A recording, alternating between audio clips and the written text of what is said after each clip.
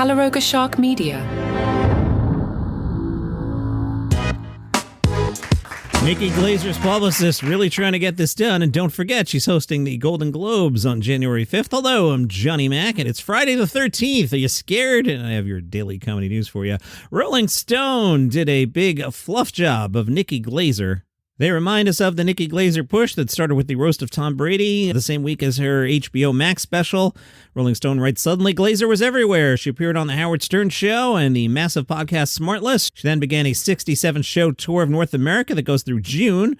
She's hosting the Golden Globes. She's nominated for Best Performance in Stand-Up Comedy at the Globes. She's positive that A-list audience members like George Clooney or Jennifer Aniston or Brad Pitt won't be familiar with her. She says, I'm going to have to butter them up a bit, which I'm happy to do because I'm in awe of them and I do think they're better than me. I desperately seek their approval. She then goes on to discuss various sexual topics that I won't do here. I try and keep the show relatively clean. Rolling Stone said, wait, since the special aired, you stopped being horny? Glaser says, yeah. He's talking about her boyfriend that she's been on and off with for a decade. I was convincing myself that eventually he was going to discover something about me that was going to disgust him in a way, so I was pushing him away. Back in May, the boyfriend convinced Nikki that he loved her unconditionally. And in doing so, writes Rolling Stone, eliminated the titillating potential for newness that existed if they broke up again. She's exhausted from traveling so much and says, I feel like the plane is the last place where you still have an excuse to not be available. I'm craving that people can't get to me. On the day of this interview, she was in New York for the Joan Rivers tribute and said, it feels like, oh no, I tricked them and now I have to live up to this thing that maybe they saw in me, one moment of greatness, but I can't keep that up.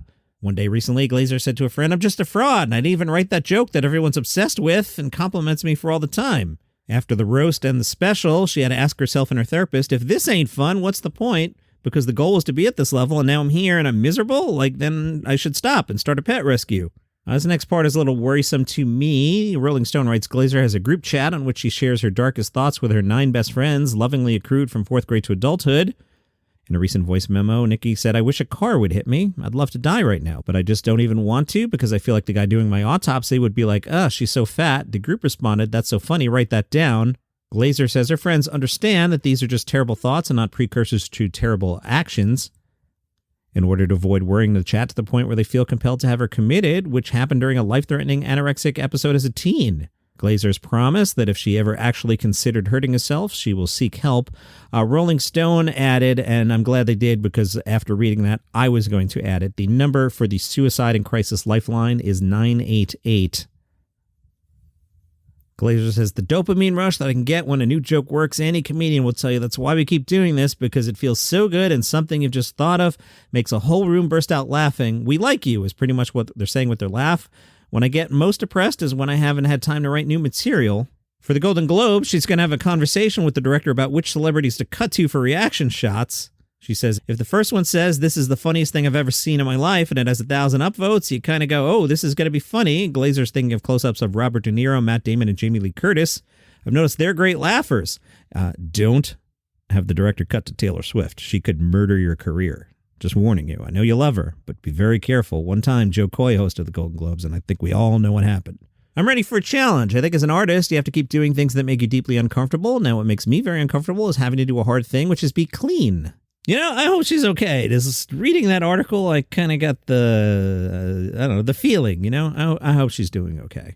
Ray Romano said his son tried stand-up. He was doing a presser and said, yeah, my son went on a stand-up trip. He goes to these little dives and he tries stand-up for the first time and the people aren't even facing the stage. There aren't even people in there. And of course it doesn't go well and he takes it very personal. So I had to almost grab him and go, you don't understand. First of all, you can't do well in a place like that. And you can't do well when it's your first time on stage. So I understand you're hurt, but you really have no right to be upset right now. Stand-up takes a long time. That's all I told him. Please don't get that way because that's the way I was. I gave it up twice. I got beat down my first time. I gave it up and I got beat down the second time again. But luckily, I tried a third time. Russell Peters told the Toronto Star he doesn't really have any plans outside stand-up. He says, I see nothing. Just touring. It's really the only thing that makes me money. The industry was never a Russell Peters ally and they're still not. So I've gone this far without him. I don't know what that's about. I've never really heard bad things about Russell. Maybe, perhaps, possibly. 20 years ago, I heard he was a little full of himself. Maybe. I've met him. He was fine. Not the warmest fellow, but neither is Jerry Seinfeld. I don't know. He commented on Tony Hinchcliffe performing at the rally and said, in a comedy club setting, that joke would have been very funny where people would have been able to hear the irony in the joke. Puerto Rico's a beautiful place. I've been there. Speaking of Jerry Seinfeld, Supercar Blondie, your home for comedy news, tells us that Jerry has just bought a 1971 Fiat 124 Special T. It's a simple car that cost him $18,000. It's got a two-tone cloth interior that has 1970s written all over it. It's a gorgeous shade of sand yellow. Fiat calls the color dark ivory. The engine is a 1.4-liter inline-4, puts out 80 horsepower, in case you're curious. Friend of the show, Scott Beckett, sent me another email. All right, let's read this one. Scott said, did what you reported pass your smell test that a full-time cast member for SNL makes like 55 to 60K a season? I added the like. You didn't balk when you reported that. That's absolutely no way that can be true.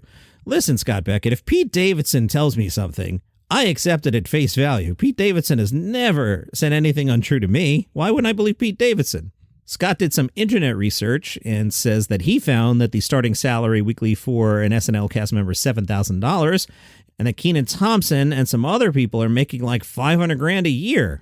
Well, Scott Beckett, Variety spoke to Kenan Thompson. Kenan told Variety cast members at SNL have to pay their dues a little bit when it comes to starting salaries. It's pretty notorious that it's more about having the job than getting paid for the job. Thompson did not give specific salary numbers. Jason Sudeikis shared a sentiment about his salary and said, I mean, you don't even make enough money to make big purchases. All right, I have just typed into ChatGPT, how much do people on SNL make? Cite sources. According to ChatGPT, new cast members typically earn around $8,000 per episode, which equates to approximately $147,000 based on a 21-episode season. More experienced cast members can make up to $15,000 an episode, which would be $315,000.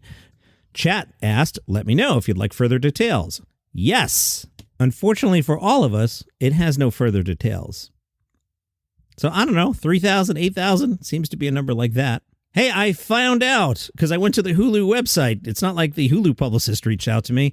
I found out, and maybe we knew this already, I get forgetful, which is the hilarious special for December. It is Nikki Glaser, Friday, December 20th. Now, Johnny Mac wants to take some days off after Christmas, so I won't be waiting until a Friday night to watch that one for the end of the year list. So that'll be in my didn't watch it subcategory. Her special is called Human Magic, premieres Friday, December 20th. Russell Crowe divulged a little-known fact about going on Rogan. He made this claim on Nova 96.9 Fitzy and Whippa.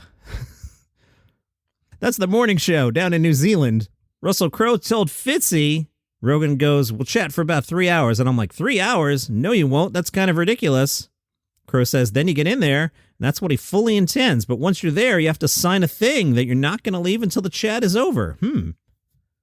Sam Wiles has a comedy album today. Johnny Mac likes when things come out as albums. Here Comes Success out today from A Special Thing Records.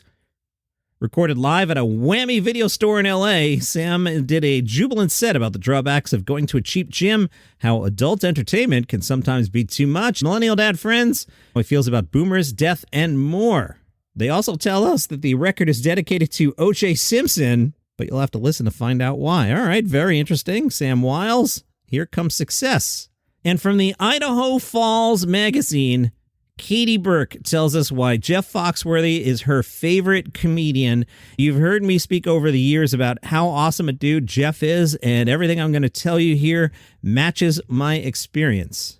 Katie said she had the privilege of driving Jeff Foxworthy to his show at the Eastern Idaho State Fair 4 years ago. She was assigned to be Jeff's driver for the day. The car they gave Katie, a minivan. She said, this is Jeff Foxworthy, comedy legend. I'm showing up in a minivan. I pulled up to the hotel and sent Jeff's manager a text message to the effect of, walk into the parking lot and look for the super cool white minivan, then you'll find me. Then Jeff Foxworthy walked out of his everyday hotel looking all calm and casual right off the bat. He made me feel comfortable like we were old pals. No big ego, no diva attitude, just a down-to-earth guy ready for a day at the fair. Jeff did me a favor and did our broadcast at the Super Bowl in New Orleans. And I was like, you want something to eat? And he said, is there a Subway nearby? And I'm like, yes, there is. You want me to go get you something? Yeah. And I forget what kind of sandwich he wanted. And he said, and can I get Sun Chips? And I said to him, you can get 2 bags of Sun Chips. And I went and got Jeff a sandwich. I mean, there's a lot of stars who wouldn't be like that. Dude, you did me a favor at the Super Bowl. I could spend $7 at Subway. Jeff mentioned to Katie he used to have a minivan when his girls were little. Katie tells Jeff, I have a kid at home. Jeff says, I can't believe you're old enough to have a kid. Jeff seemed genuinely interested in the fair itself. He was all excited to try all the classic fair foods, corn dogs, funnel cakes, fried everything. He mentioned he loved the local food scene in different places and had a soft spot for the weird creative dishes you only find at fairs. He told me he planned to spend his 80s going out in a blaze of glory, eating anything and everything he wanted. I felt like I was witnessing the real Jeff Foxworthy, not just the guy who performs on stage, but someone who truly enjoys life's simple pleasures. Yep. Between bites of fried potato and barbecue-slathered meats, Jeff shared stories about some of the celebrities he's met over the years. According to him, Tim McGraw and Faith Hill are two of the nicest people in the entertainment business. Jeff is humble, kind, and one of those people who will make you feel better just by being around them. Amen. He's an awesome dude. And that is your comedy news for today. If you like the program, tell a friend about it. Hopefully they'll like it too, and they'll push the follow button on their app there. Hey, they might even be like, I like the show. Is there a way to support the show without commercials? And then you could tell them, yeah, there's a link in the show notes. You give Johnny Mac $5 and you'll get daily comedy news without commercials and like 20 other shows commercial free. It's a good deal. And, then we'll all be happy. See you tomorrow.